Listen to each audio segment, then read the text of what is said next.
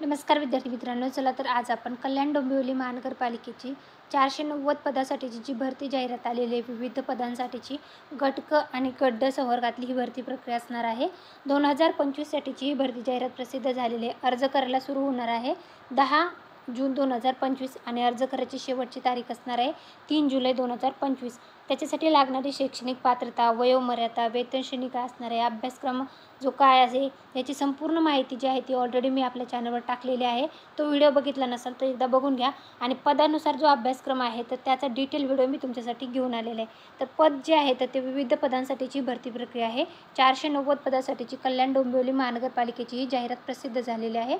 त्यातलं जे फिजिओथेरपिस्ट हे जे पद आहे त्या पदासाठीच्या शैक्षणिक पात्रता जी आहे तर ती ऑलरेडी मी आपल्या चॅनलवर टाकलेली आहे डिटेल व्हिडिओमध्ये. तर याच्यासाठीचा अभ्यासक्रम काय असणार आहे तर तो बघून घ्या. त्यानंतर पुढचं जे पद आहे औषध निर्माता हे जे पद आहे त्याच्यासाठीचे जे अभ्यासक्रम आहे तर तो देण्यात आलेला आहे.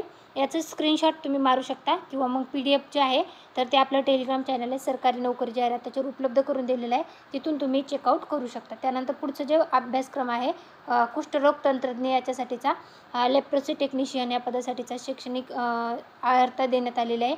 किती जागा आहे ते देण्यात आलेले तर त्याचा अभ्यासक्रम जो आहे तो अशा प्रकारचा असणार आहे. याचं PDF पण तुम्ही आपल्या टेलिग्रामवरून चेकआउट करू शकता.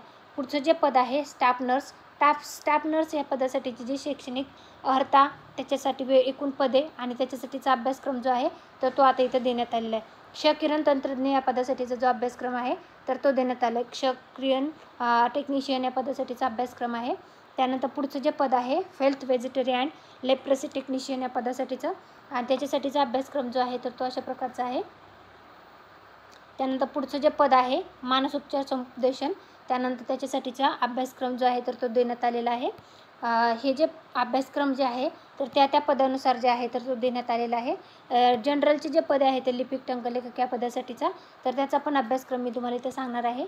लेखापाल वरिष्ठ लेखापरीक्षक या पदासाठीचा जो अभ्यासक्रम आहे तर तो अशा प्रकारचा असणार आहे.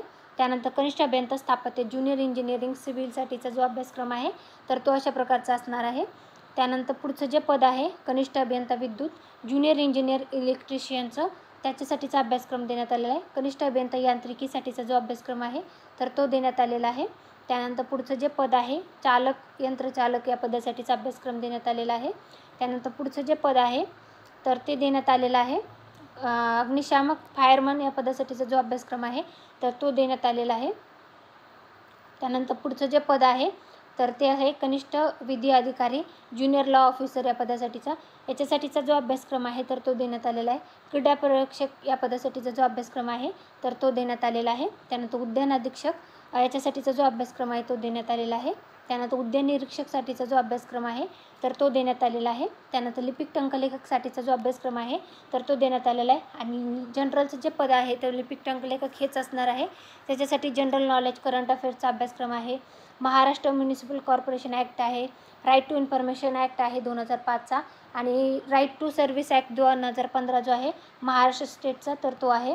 त्यानंतर लेखालिपिक अकाउंट क्लर्क या पदासाठीचा जो अभ्यासक्रम आहे तर तो देण्यात आलेला आहे. प्रयोगशाळा तंत्रज्ञ या पदासाठीचा जो अभ्यासक्रम आहे तर तो देण्यात आलेला आहे.